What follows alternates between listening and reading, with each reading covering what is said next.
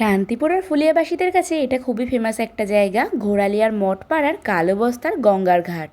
গত 3 থেকে 4 বছর আগে এই ঘাটটাতে ওই কালো বস্তাগুলো দেওয়ার পর থেকেই বিকেলবেলা মানুষের আনাগোনা এখানে এতটাই বেড়েছে যে এই ঘাটকে কেন্দ্র করে কিন্তু অনেক খাবারের দোকান পসারিও গড়ে উঠেছে। কিন্তু দুঃখের বিষয় হলো যে শান্তিপুরে থাকা সত্ত্বেও হয়তো গুটি কয়েক মানুষের মধ্যে আমি একজন যে এই জায়গাটাতে 3-4 বছরে একবারও ঘুরতে আসা হয়নি।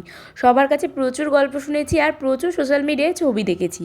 গত শনিবার বিকেল থেকে সন্ধে পর্যন্ত প্রথমবার এই ঘাটে সময় কাটালাম, আর বেশ ভালোও লাগলো।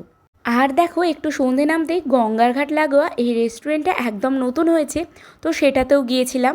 গাছপালা ঘেরা সুন্দর লাইটিং আর বিশেষ করে এই রুপটপটা থেকে গঙ্গা দেখতে দেখতে কিছু খাওয়া দাওয়া করার ব্যাপারটা বেশ সুন্দর। রুপটপে খোলা আকাশের নিচে গঙ্গার মিষ্টি হাওয়া খেতে খেতে মাটির কাপে ধোয়া ওঠা চা, এক চিকেন চাউমিন সাটিয়ে সোজা বাড়ি। আজকের মিনি ব্লগটা এই পর্যন্তই, দেখা হচ্ছে নেক্সট মিনি ব্লগে।